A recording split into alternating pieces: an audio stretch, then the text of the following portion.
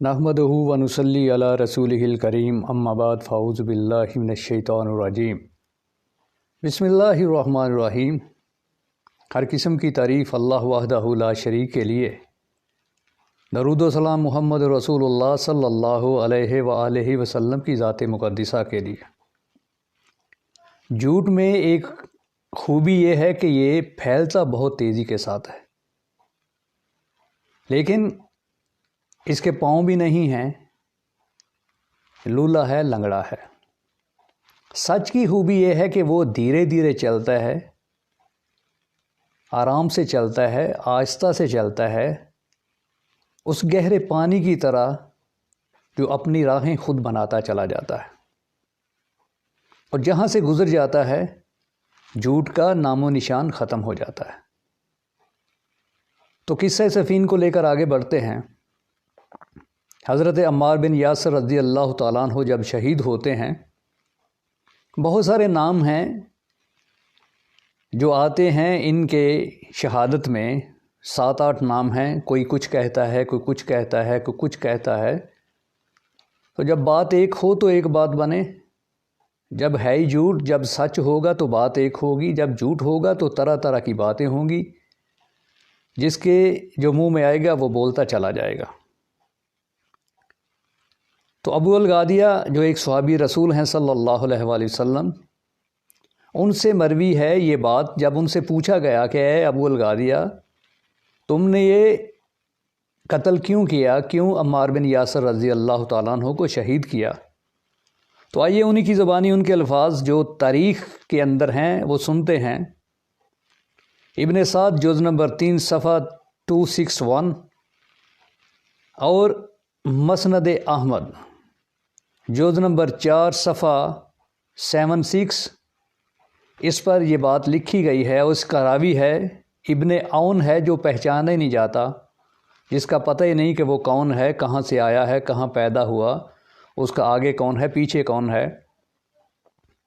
مجہول یہ روایت ہے۔ وہ لکھتے ہیں کہ جب مدینہ منورہ میں عثمان غنی رضی اللہ تعالیٰ عنہ کو شہید کیا گیا تو میں نے سنا کہ ایک آدمی جو ہے وہ یہ کہہ رہا ہے حضرت عثمان غنی رضی اللہ تعالیٰ عنہ کے بارے میں، ان کو برا بھلا کہہ رہا ہے۔ تو میں نے وہیں سے ارادہ کیا کہ اگر اللہ کی قسم کسی جگہ پر بھی میرا اور اس کا سامنا ہوا تو میں ضرور اس کو قتل کر دوں گا۔ تو کہتے ہیں کہ جب سفین کا بلوہ ہوا تو میں نے اس آدمی کو دیکھ لیا، وہ قمیض پہنے ہوئے تھا، میں نے اسے قتل کر دیا، وہ عمار بن یاسر تھے۔ تو یہ وہ الزام جو ہے یہ اپنے سر پہ لے رہے ہیں، کبھی امیر معاویہ پہ الزام آتا ہے، کبھی اور کسی پہ آتا ہے، کبھی اور کسی پہ آتا ہے۔ تو ابھی آپ کو بات کو لے کر آگے بڑھتے ہیں کہ جھوٹ جو ہے وہ کس طرح پھیلتا ہے۔ ابو عبد الرحمن کہتے ہیں، وہ کہتے ہیں کہ یہ جنگ جو ہے، اس جنگ کی آپ دیکھیں حقیقت کیا ہے، اس افسانے کو کس طرح راوی جو ہے وہ رنگ بھرتا ہے اس افسانے کے اندر۔ تو جھوٹ جو ہے وہ پکڑا جاتا ہے، کیوں؟ اس کے پاؤں نہیں ہوتے۔ اور سچ کی حیثیت یہ ہے، سچ کا وزن یہ ہے، سچ کی قابلیت کیا ہے، سچ کی اونچائی کیا ہے، سچ کی بلندیاں کیا ہے، اس بارے میں آج سے 1400 سال پہلے اللہ کے پیغمبر علیہ الصلوۃ والسلام نے اپنے پیغمبر علیہ الصلوۃ والسلام کو حکم دیا کہ اے پیغمبر علیہ الصلوۃ والسلام، ان لوگوں سے کہہ دیجئے کہ یہ جو حق ہے، جو سچ ہے، جو رب کا قرآن ہے، جس کے بارے میں یہ شک و شبہ میں پڑے ہوئے ہیں، ان سے بولیے کہ ایک آیت ہی لکھ کر لے آئیں۔ تو پورا مہینہ کعبۃ اللہ کی دروازے پہ وہ آیت مبارکہ لٹکی رہی، اور یہ چیلنج تھا رب تعالیٰ کا جو آج تک کوئی بھی قبول کرنے کے لیے تیار نہیں ہے۔ تو حق تو اپنے راستے خود بناتا ہے، جھوٹ پھیلتا بہت ہے، لیکن یہ اندھیرے سے روشنی سے یہ خوف کھاتا ہے۔ اندھیرا تو یہ خود ہے، جو ہی روشنی آتی ہے، جس طرح آپ نے دیکھا ہوگا کہ روشنی جب کسی کی آنکھوں میں اچانک پڑتی ہے تو اس کی آنکھیں چندیا جاتی ہیں، چاہے وہ جانور ہو چاہے انسان ہو۔ تو جھوٹ کا سامنا جب سچ سے ہوتا ہے تو اس کی آنکھیں چدھیا جاتی ہیں، اس کو کچھ بھی نظر نہیں آتا۔ تو جھوٹ کو، افسانے کو رنگ بھرنے کے لیے کس طرح سے یہ رنگ بھرتا ہے، اور ماننے والے جو ہیں وہ کس طرح سے مان رہے ہیں۔ کہتا ہے کہ صبح کو لڑائی ہوتی اور رات کو جب لڑائی بند ہو جاتی تو ہم ایک دوسرے کے جو قیام گاہ ہے وہاں آتے جاتے، ملتے، بیٹھتے، گپیں لگاتے، کھانا وغیرہ کھاتے تھے۔ یا آپ لڑائی کا اندازہ کیجئے، اور اسی بات کا، اسی چیز کو آج کا جو ہمارے جیسے مسلمان ہیں وہ اس چیز کو پسند کرتے ہیں، اور ان کو ایک موقع مل گیا، ایک بہانہ مل گیا۔ آج ان سے جب یہ بات کی جاتی ہے کہ دیکھو بھائی کیوں اس طرح کرتے ہو، کیوں لڑائی کرتے ہو، جھگڑا کرتے ہو، تو کہتے ہیں کہ صحابہ میں بھی نعوذ باللہ اس طرح کا اختلاف تھا۔ تو آتے تھے، جاتے تھے، ملتے تھے، گپیں لگاتے تھے۔ تو میں نے ایک آدمی سے پوچھا کہ بھائی یہ کیا معاملہ ہے؟ تو کہتے ہیں کہ صحابہ رضوان اللہ علیہم اجمعین میں اتنی پیار اور محبت تھی کہ دن کو جنگ کرتے تھے، رات کو اکٹھے بیٹھ کے کھانا کھاتے تھے۔ میں نے کہا بھی پتہ نہیں یہ کس طرح کی لڑائی ہے، تمہیں یہ باتیں پسند ہیں، مجھے تو یہ ہضم نہیں ہوتا۔ میرا تو میٹر شارٹ ہو جاتا ہے اس بات پہ کہ یہ کس طرح کی لڑائی ہے۔ تو کہتا ہے کہ امیر معاویہ رضی اللہ تعالیٰ عنہ کے دسترخوان پہ حضرت علی رضی اللہ تعالیٰ عنہ کے جو سپاہی تھے، جو وہ کون تھے؟ وہ صحابہ رضوان اللہ علیہم اجمعین کھانا کھانے کے لیے وہاں پہ آتے تھے۔ انا للہ، یہ دیکھے یہ پیٹ کی جنگ جو ہے، یہ پیٹ کو کس طرح بجھا رہا ہے،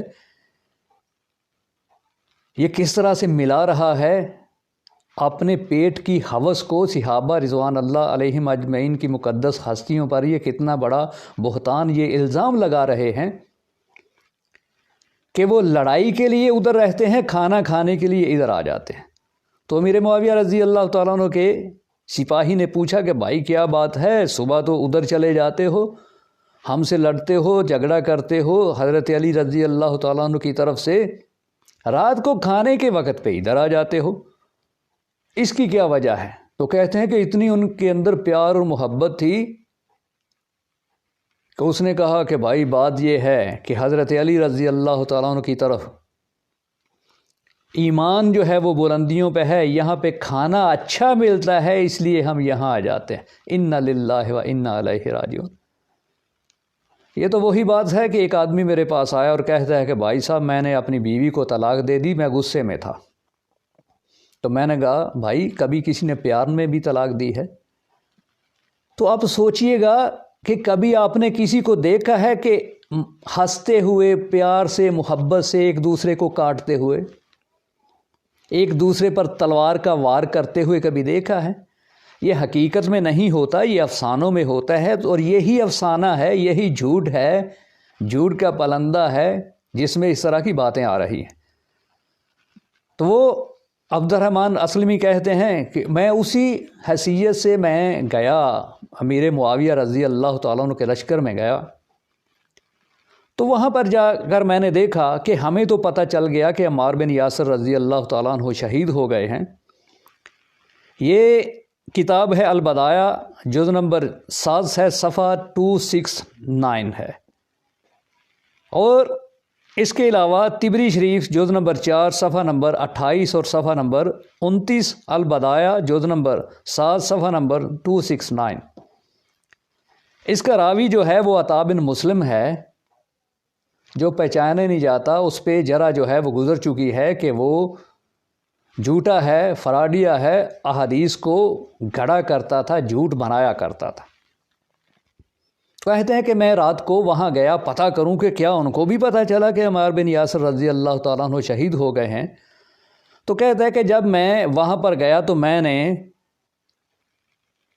کچھ لوگوں کو باتیں کرتے ہوئے دیکھا، میں اپنے گھوڑے پر سوار تھا، وہاں پر میں نے پہنچا تو میں نے دیکھا کہ 4 شخص میدان جنگ میں گھوم رہے ہیں۔ یہ 4 شخص کون تھے؟ امیر معاویہ رضی اللہ تعالیٰ عنہ، حضرت ابو الاور رضی اللہ تعالیٰ عنہ، حضرت عمرو بن العاص رضی اللہ تعالیٰ عنہ، اور حضرت عبداللہ بن عمرو بن عاص رضی اللہ تعالیٰ عنہ۔